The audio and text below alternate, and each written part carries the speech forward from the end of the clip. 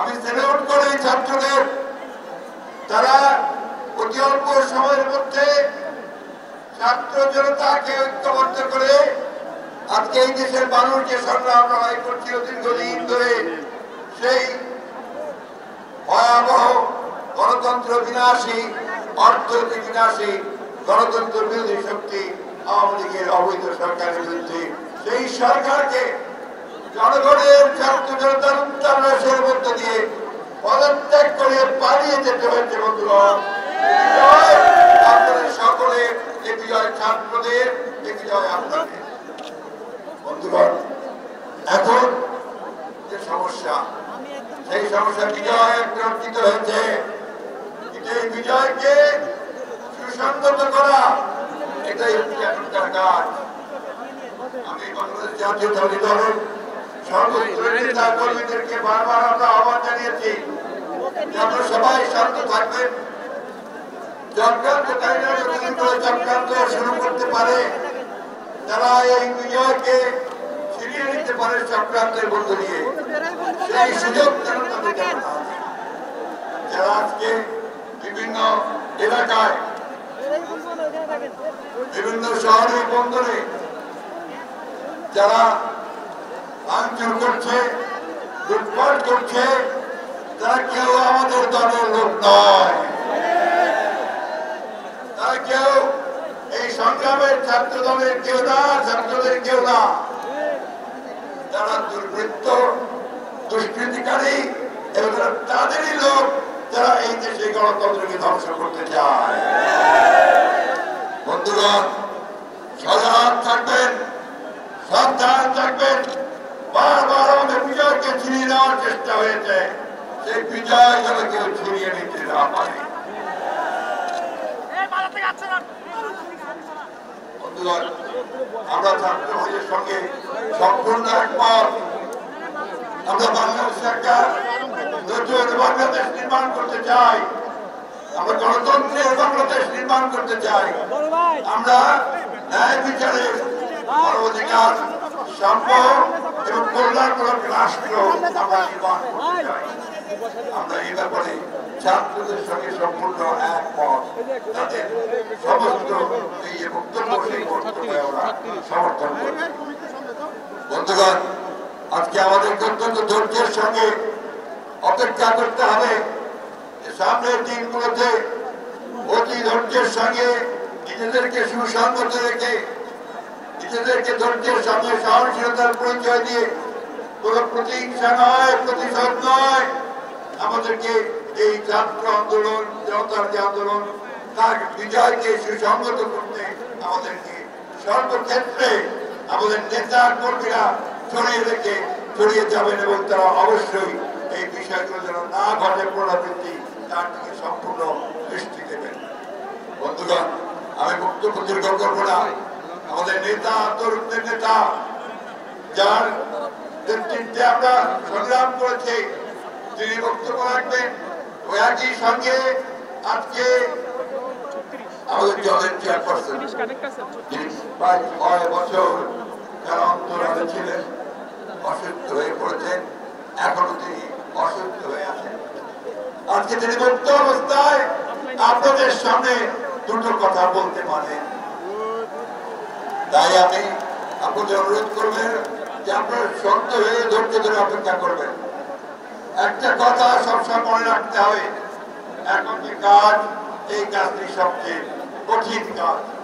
সেই কাজ হচ্ছে এই বিজয়কে সুসংহত করা, গণতন্ত্রের উত্তরণকে সঠিকভাবে এগিয়ে নিয়ে যাওয়া। আমি ধন্যবাদ জানাতে চাই দেশপ্রেমিক সেনাবাহিনীকে, যে তারা ঠিক প্রয়োজনের সময় জাতির সেই কঠিন যে প্রয়োজন, সেই প্রয়োজনের সাড়া দিয়ে তারা জনগণের পাশে এসে দাঁড়িয়েছে। আমি ধন্যবাদ জানাতে চাই আমাদের ছাত্র নেতাদেরকে, আমাদের নেতৃবৃন্দকে, তারা কাঁধে কাঁধ নিয়ে লড়াই করেছেন, সংগ্রাম করেছেন এবং আজকে একটা যৌক্তিক পরিণতি।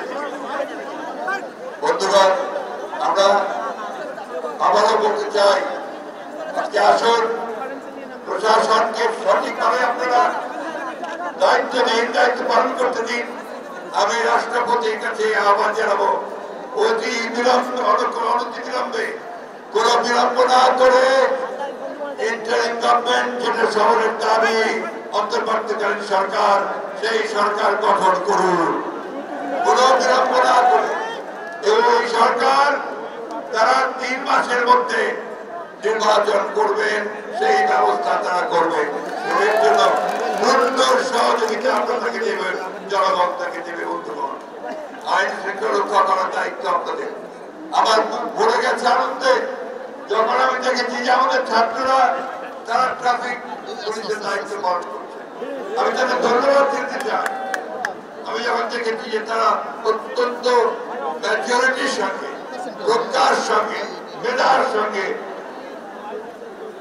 তারা তাদের দায়িত্ব পালন করছে তার কর্মসূচি দিচ্ছে এবং তারা তাদের কর্তব্য জনগণের সাথে তুলে ধরে আপনারা অনেক কষ্ট করেছেন আমি অনুরোধ করবো যে কখনো কোন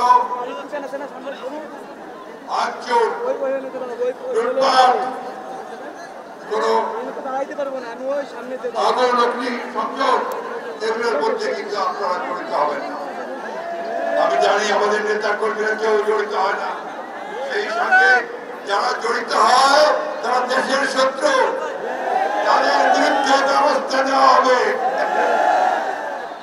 আমি আরেকটা কথা বলেই শেষ করব বন্ধুগণ অনেক রক্ত অনেক ত্যাগ অনেক মায়ের মুখ খালি করে অনেক সন্তানের পিতাকে হারিয়ে আজকে এই অর্জন আমরা করেছি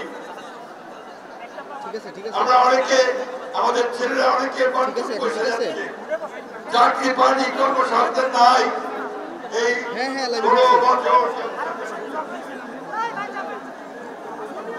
যারা কম হয়েছে তাদের সন্তানরা তাদের পিতাকে দেখতে পারে তাদের প্রতি গভীর শ্রদ্ধা রেখে আসুন তাদের কথা চিন্তা করে যারা এই ইতিমধ্যে প্রাণ দিয়েছে তাদের প্রতি শ্রদ্ধা দেখাতে আমরা আজকে সমস্ত হিংসা দেশ বলে গিয়ে ঐক্যবদ্ধ হই ছাত্রদের সঙ্গে একতাবদ্ধ হয়ে আমরা এই বিজয়কে সুসংহত করি আমি আবারও ছাত্রদেরকে অভিবাদন জানাতে চাই ধন্যবাদ জানাতে চাই তাদের এই অভাবনীয় নজিরবিহীন নেতৃত্বের আমি বক্তব্য শেষ করব সব শেষে শুধু বলি বিএনপি আমাদের 31 দফা দিয়েছিল সেই 31 দফার মধ্যে পরিষ্কার করে বলা হয়েছিল যে আমরা একটা গণতান্ত্রিক রাষ্ট্র নির্মাণ করতে চাই সংস্কারের কথা বলা হয়েছে আমরা বলেছি যে পার্লামেন্টের যে পদ্ধতি আছে তাকে পরিবর্তন করে আমরা 2 কক্ষ বিশিষ্ট পার্লামেন্ট নিয়ে আসবো আমরা যুবকদের জন্য কর্মসংস্থানের ব্যবস্থা করব